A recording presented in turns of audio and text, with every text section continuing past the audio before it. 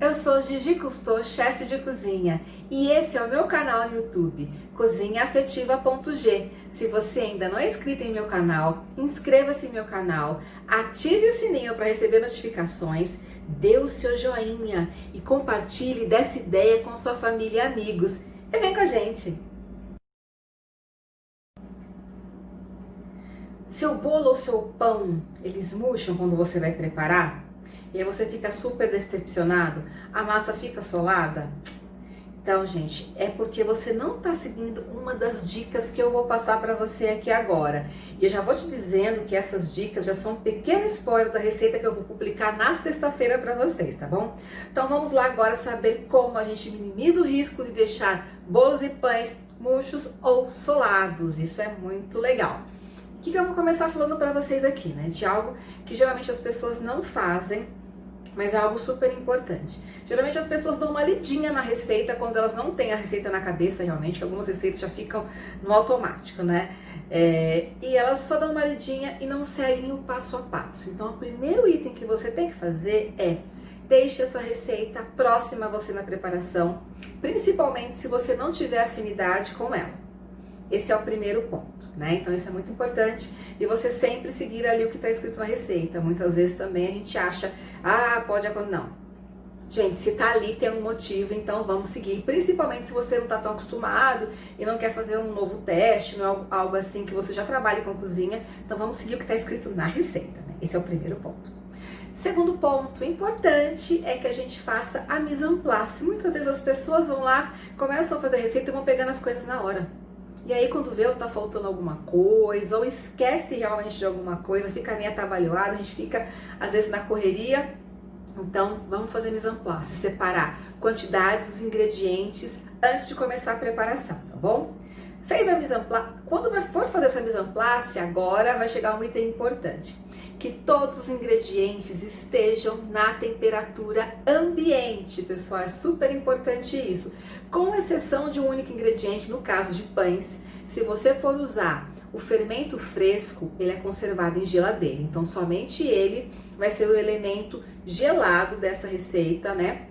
E depois geralmente você vai usar uma água morninha justamente para equiparar essa temperatura, mas você vai tirar no momento da preparação, vai utilizar água morna ou leite, se você fizer a preparação com leite, para que você utilize o fermento na massa, mas é o único elemento que você vai deixar até o último instante na sua geladeira. Os demais devem estar em temperatura ambiente. Isso vai fazer com que o seu pão, quando você coloca ele no forno depois, ou mesmo o bolo, a temperatura esteja, né, por igual e seja muito mais fácil que aconteça o crescimento, evitando que ele murche. Esse é um dos itens principais aí que você deve prestar muita atenção, tá bom? Outra coisa que é importante, fez a mise en place dos ingredientes, já pega a sua forma, já unte com azeite ou manteiga, né, o óleo que você utilizar e a farinha e já deixe separado, porque você vai deixar, se você fizer a massa, dependendo da massa, deixar descansar, é algo também que vai fazer, sua massa murchar, principalmente nos bolos, tá, pessoal? Então fica atento, já deixa ali untado antes, é super importante. Outro item também que é bem legal, que muitas vezes a gente não presta atenção, validade do nosso fermento, tá? Então, o fermento biológico ele tem uma validade, o fermento fresco ele tem uma validade bem curta, então é importante que você fique bem atenta. Quando compra no mercado ou na padaria, depende de onde você comprar, olha a validade e já use o mais rápido possível.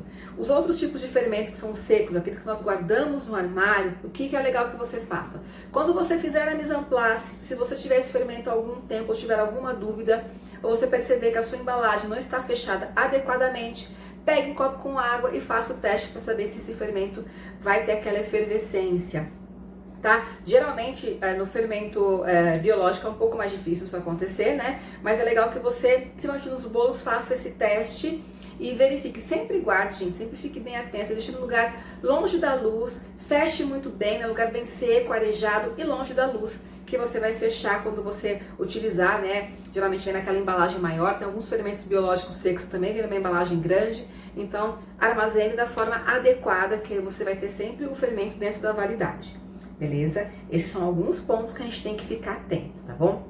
Tirando isso, algo que é muito importante é a temperatura do forno. Você tem que pré-aquecer o forno, tá? Na maior parte de bolos e pães, você vai pré-aquecer o forno.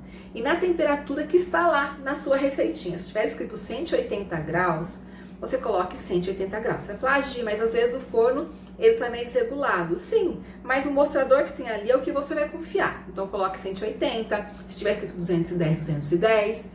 Porque se você deixar o forno muito frio, vai fazer a massa ficar pesada, vai demorar muito para crescer e você pode ter algum problema, né? Também não vai ajudar muito. Se você colocar ele mais quente, muito mais quente, o que vai acontecer?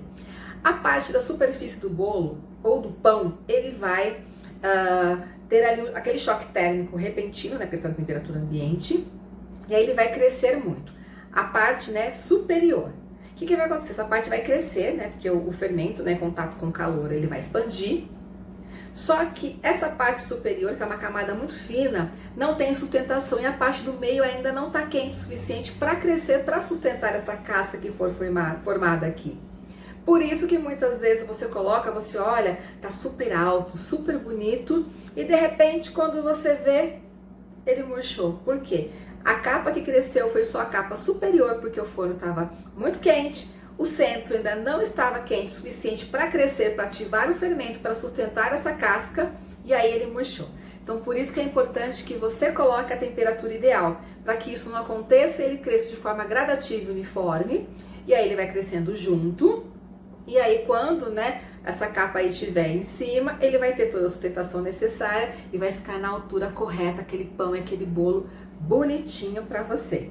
Né? Então esses itens são super importantes. Outro item que é muito importante também, tá? Se você tá fazendo pão, você tá pré-aquecendo o forno, tá fazendo pão ou bolo, e você tem ali a questão fermento, que ele é ativado com calor, principalmente no caso dos pães, os pães geralmente eles descansam por um período de tempo, né? Geralmente a gente pede para colocar num lugar que seja mais quentinho, mais aconchegante, para ativar o fermento.